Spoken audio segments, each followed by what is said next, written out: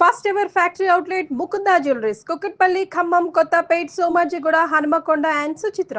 నమస్కారం. సుమన్ టీవీ ప్రేక్షకులందరికీ శ్రీ విశ్వవసునామ సంవత్సర ఉగాది పండుగ శుభాకాంక్షలు. నమస్తే అమ్మా.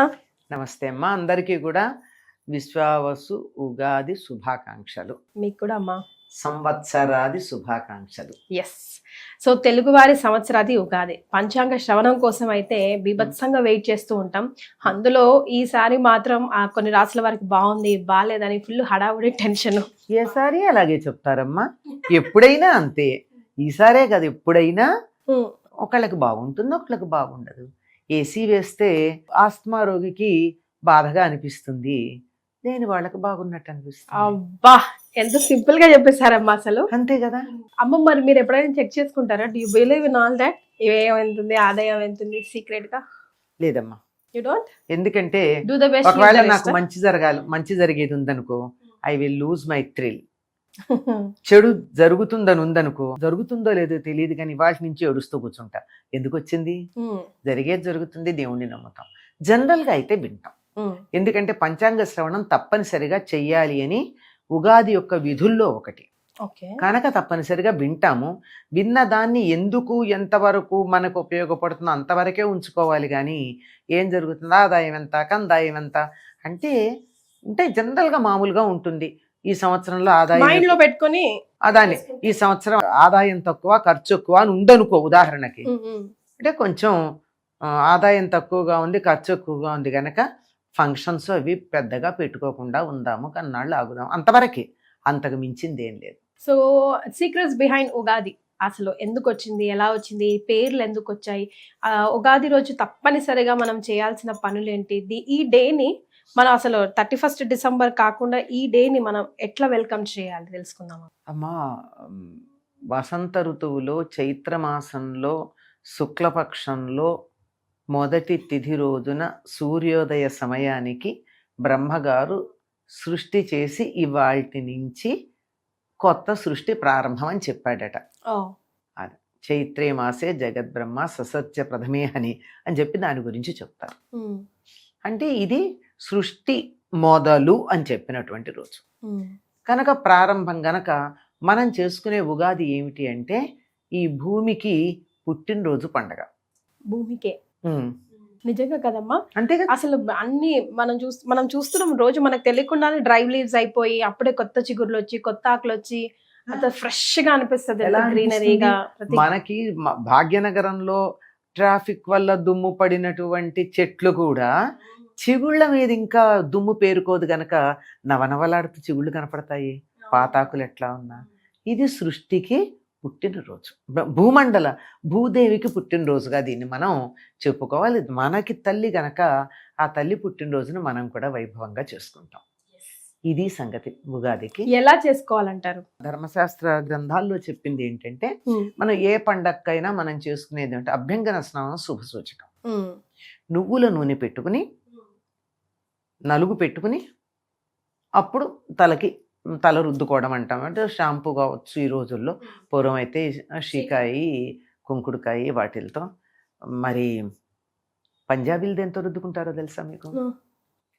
పుల్ల పెరుగులో శనగపిండిలో పుల్ల పెరుగు వేసి దాన్ని తయారు చేసి దాన్ని తలకు పెట్టుకుని రుద్దుకుంటారు. అది వాళ్ళ జుట్టు నిగనిగలాడుతూ ఎక్కువ కాలం ఉండడానికి కలిగినటువంటి రహస్యం. పెరుగు ఓకే, శనగపిండి పెట్టుకోవచ్చమ్మా తలకి. శనగపిండి పెరుగు కలిపి దాంతో రుద్దుకుంటారు. చిన్నపిల్లలకి చేస్తాం కదమ్మా. చిన్నపిల్లలకి మనం కుంకుడుకాయలు షాంపూలు పెడతామా? వాళ్ళ తలకి తలంటేటప్పుడు ఒంటికి నూనె రాచి అంతా చేసి తలకి ఏం పెడతాం? సున్నిపిండే పెట్టి తల రుద్దుతాం. జుట్టు మెత్తగా ఎంత స్మూత్ గా పట్టులాగా ఉంటుంది. అదే కదా. అలాగేదో ఒకటి మీరు దేంతో చేసుకుంటారో దాన్ని అభ్యంగన స్నానం చేయడం ప్రధానమైంది. ఎందుకంటే మామూలుగా స్నానం చేసిన దానికన్నా నూనె రాచి నలుగు పెట్టుకుంటే అంతకు ముందు ఉన్నటువంటి మట్టి పోతుంది, తేడా తెలుస్తుంది కదా మనకి. అలాగా ఆ పాత సంవత్సరం తాలూకు వాసనలన్నీ వదిలేస్తాం అభ్యంగన స్నానంలో. వదిలేసిన తర్వాత కొత్త బట్టలు కట్టుకుంటారు. కొత్త బట్టలు కట్టుకుని దేవుడికి దండం పెట్టుకుని ఉగాది పచ్చడి తిని దేవాలయానికి వెళ్ళి వచ్చి పిండి వంటలతో భోంచేసి తర్వాత ఆలయంలో కానీ ఒక చోట 10 మంది చేరి కానీ పంచాంగ శ్రవణం చేయాలి. ఉమ్. ఒకరు పంచాంగ పఠనం చేస్తారు, మిగిలినటువంటి వాళ్ళు శ్రవణం చేస్తారు. ఇవి ఇంతవరకు మనం అటు ఇటుగా చేస్తున్నాం. కానీ వదిలేసింది ఒకటి ఉంది, ఇంటి మీద ధ్వజారోహణం అని ఒకటి. ఓ, ధ్వజారోహణం అంటే ఇంటి మీద జెండా ఎగరేయడం. ప్రతి ఇంటికి ప్రతి ఇంటికి వేసుకోవాలి. అంటే రోజు. దేనికి జెండా దేనికి ఎగరేస్తాం?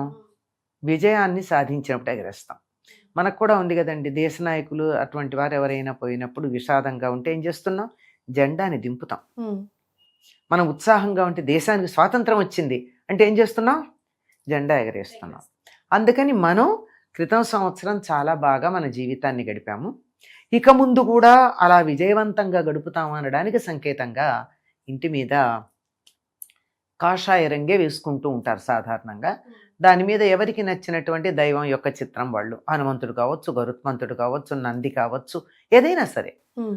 జెండా ఆధ్యాత్మికతని సూచిస్తూ మమ్మల్ని ముందుకు నడిపించేటటువంటి దైవం అని చెప్పడానికి సంకేతంగా ఒక జెండా ఎగరవేయడం అన్నది ఉండేది. ధర్మశాస్త్ర గ్రంథాల్లో ఉంది, ఇప్పటికీ దేవాలయాల్లో చేస్తారు. ఉమ్. సంప్రదాయంగా ఉన్న దేవాలయాలమ్మ. ఆ. కొత్తగా పుట్టుకొచ్చిన వాటిల్లో అసలు వాళ్ళకి ఏమీ తెలియని కూడా తెలియట్లా, మరి. అక్కడ ఎగరవేయడం జరుగుతుంది. ఇది ఈ 7 అంశాలు తప్పనిసరిగా ఉగాది నాడు చేస్తాం. షడ్రుచుల సంగతి అదే ఉగాది పచ్చడి అన్నాం కదా, ఉమ్. ఉగాది పచ్చడిలో 6 రుచులు ఉన్నాయి. ఈ 6 రుచులు ఎందుకంటే జీవితంలో ఉండేటటువంటి 6 రకాలైన భావాలు, వీటన్నిటినీ సమానంగా స్వీకరించాలి.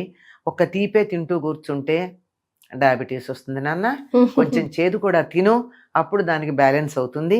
చేదు తిన్నాక తీపి యొక్క రుచి నీకు బాగా తెలుస్తుంది. అంతే కదమ్మా, ఒక రుచి లేకపోతే ఇంకో రుచికి అర్థమే లేదు కదా. తెలియదు మనకి. కొంచెం సేపు తీపి తిన్నాక ఏం చేస్తాం మనం? ఇంత అయినా మళ్ళీ ఏదైనా కారం కారం తినాలి. తింటాం. ఉమ్. కారం తినందే మళ్ళీ మనకేం తోచదు, కనీసం మంచినీళ్ళు కూడా తాగబుద్ధి అవదు మరి కదా. ఎగ్జాక్ట్. కనుక అన్ని రుచులు కావాలి అని చెప్తూ, ఈ అన్ని రుచులు శరీరానికి అవసరం. ఇది కానీ మనం ఇప్పుడు అలవాటు చేయకపోతే రేపు పొద్దునే కాకరకాయ కూర తినను అంటాడు. ఆరోగ్యం ఏమవ్వాలి?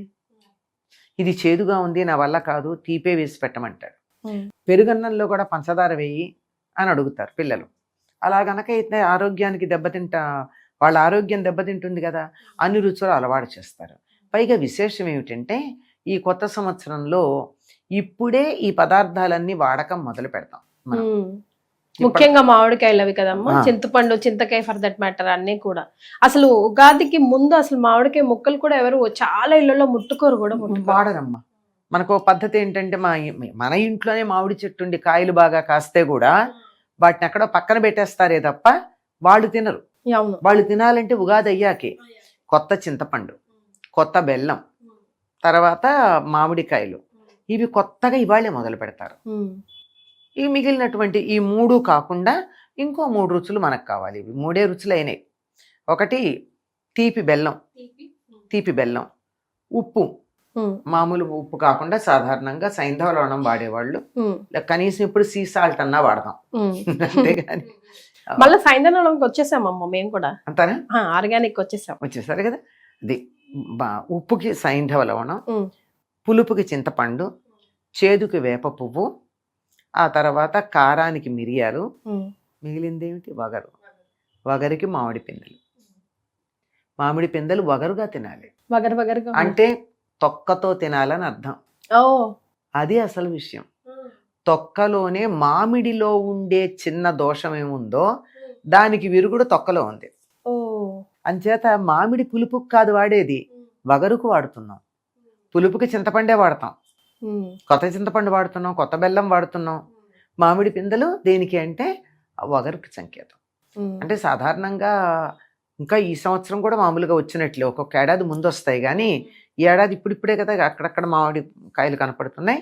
తప్పనిసరిగా వీలైనంత చిన్న కాయలు, పెరట్లో ఉంటే పిందెలు కోసి వాటి ముక్కలు తీసుకుని తొక్కతో సహా కొన్ని కలిపి తిన్నట్టయితే. వేప పువ్వు కూడా ఇస్తాం. వేప పువ్వు చేదుకని చెప్పాగా, మొదటి చెప్పా, చేదుకు వేప పువ్వు. ఇలా 6 రుచులు ఇందులో ఉంటాయి. ఇంకా దీనికి అనుపానంగా ఉండడానికి అమృతం అని చెప్పి కొంచెం ఆవు నెయ్యి వేస్తారు. ఆవు నెయ్యి ఉగాది కొంతమంది వేస్తారు. ఇక తర్వాత మీ ఇష్టం అమ్మా. ద్రాక్ష పళ్ళు వేసేవాళ్ళు, ఎండు ద్రాక్షలు వేసేవాళ్ళు, జీడిపప్పులు, బాదం పప్పులు, తర్వాత చెరుకు ముక్కలు, అరటిపళ్ళ గుజ్జు, ఇలా ఎవరి ఇష్టం వచ్చింది వాళ్ళకి రుచిగా ఉండడం కోసం చేసుకోవడమే తప్ప ప్రధానమైనటువంటివి దేవుడికి నివేదన చేయవలసింది ఇది. ఇది దేవుడికి నివేదన చేసి అందరూ తీసుకుంటాం. నిజానికి చెప్పాలంటే ఉగాది నాడు చేయాల్సింది ఏమిటంటే హ్మ్. నింబ పల్లవ భక్షణం. అంటే అమ్మా నింబ పల్లవం అంటే వేప చిగురు. ఓకే. వేప చిగుళ్ళు ఎర్రగా ఉంటాయి, వాటిని తినాలి పరగడుపున. మనం అవి తినలేక వేప పువ్వు వేసుకుంటున్నాం, అంతేనా? అంతే.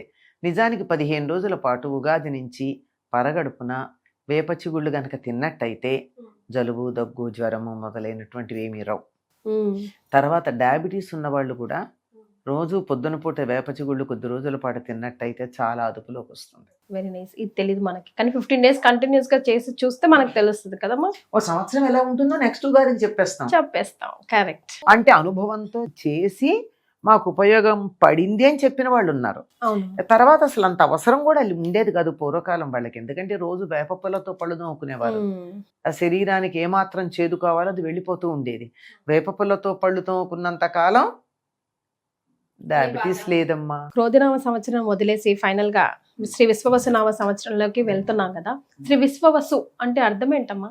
వసు అంటే భూమి, సంపద, బంగారం. ఓ విశ్వానికంతా బంగారం ఇచ్చేటటువంటిది. విశ్వాసు ఒకనొక గంధర్వుడు చక్కగా పాటలు పాడేటటువంటి వాడు.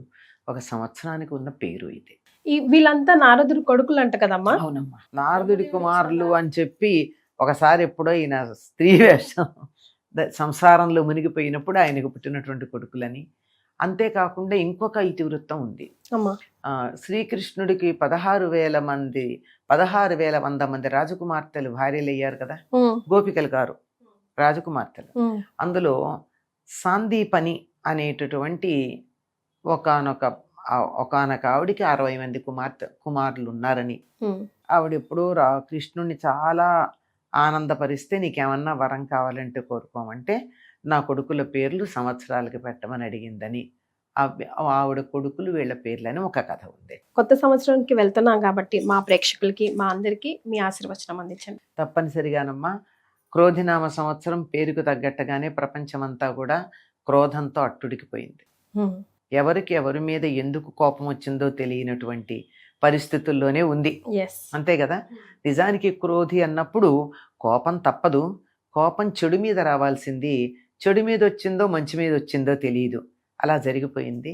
ఇప్పుడు ఆ క్రోధం అంతా ఉపశమించి ప్రపంచమంతా మంచి సంపదలతో, సంపద అంటే ఇది మాత్రమే కాదు కదా, ఆయురారోగ్య ఐశ్వర్యాలన్నీ కూడా సంపదలే.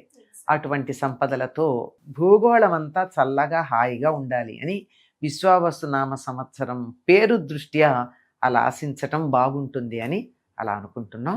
అందరికీ కూడా ఆయురారోగ్యైశ్వర్యాలు పుష్కలంగా ఉండాలి అని ఈ విశ్వావసునామ సంవత్సర ప్రారంభంలో సంవత్సరాదిని ప్రారంభించుకుంటాం. ఎందుకంటే ఏదైనా సరే first impression is best impression అంటారు. మొట్టమొదటి ఎలా ఉంటే తర్వాత అంత అలా ఉంటుందని మనకు ఒక అభిప్రాయం ఉంది. ఉగాది నాడు ఎలాగా గడిస్తే సంవత్సరం అంతా అట్లా ఉంటుంది అనే నమ్మకం కనుక ఆ ఉగాది మనకి సంపత్పూర్ణంగా ఉండి అందరికీ కూడా సంపదలు ఉండాలి అని కోరుకుంటున్నాను. థ్యాంక్ యూ సో మచ్ అమ్మా, ధన్యవాదాలు.